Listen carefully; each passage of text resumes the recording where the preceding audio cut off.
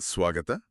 ಇವತ್ತು ನಮ್ಮ ಕೈಲಿರೋ ಮಾಹಿತಿಗಳ ಆಧಾರದ ಮೇಲೆ ಭಾರತದಲ್ಲಿ ಇತ್ತೀಚೆಗೆ ನಡೆದ ಎರಡು ಆ, ದೊಡ್ಡ ವಿಮಾನಯಾನ ಘಟನೆಗಳ ಬಗ್ಗೆ ಸ್ವಲ್ಪ ಆಳವಾಗಿ ನೋಡೋಣ. ಹ್ಮ್ ಒಂದು ಅಹಮದಾಬಾದ್ನಲ್ಲಾದ ಏರ್ ಇಂಡಿಯಾ ಫ್ಲೈಟ್ ದುರಂತ, ಹ್ಮ್ ಇನ್ನೊಂದು ಉತ್ತರಾಖಂಡನಲ್ಲಿ ನಡೆದ ಹೆಲಿಕಾಪ್ಟರ್ ಅಪಘಾತ. ಹೌದು. ಇದರ ಬಗ್ಗೆ ಸಿಕ್ಕಿರೋ ಮಾಹಿತಿ, ಪ್ರಾಥಮಿಕ ವರದಿಗಳು ಏನ್ ಹೇಳುತ್ತೆ ಅಂತ ಅರ್ಥ ಮಾಡ್ಕೊಳ್ಳೋಣ. ಸರಿ, ಶುರು ಮಾಡೋಣವಾ? ಖಂಡಿತ. ಈ ಎರಡೂ ಘಟನೆಗಳು ಅಂದ್ರೆ ಒಂದಾದ್ಮೇಲೆ ಒಂದು ಹೀಗೆ ಬೇಗ ಬೇಗ ಆಗಿರೋದು ನಿಜಕ್ಕೂ ವಾಯುಯಾನ ಸುರಕ್ಷತೆ ಬಗ್ಗೆ ಬಹಳಷ್ಟು ಪ್ರಶ್ನೆಗಳನ್ನಂತೂ ಎತ್ತಿದೆ. ಮೊದಲು ಅಹಮದಾಬಾದ್ ವಿಷಯಕ್ಕೆ ಬರೋಣ. ಜೂನ್ 12, 2025 ಅಲ್ವಾ? ಹೌದು, ಜೂನ್ 12.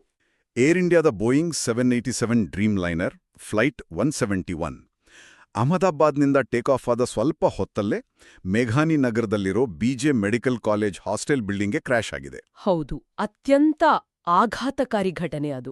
ಎಷ್ಟು ದೊಡ್ಡ ದುರಂತ ಅಂದ್ರೆ. ಹೌದು.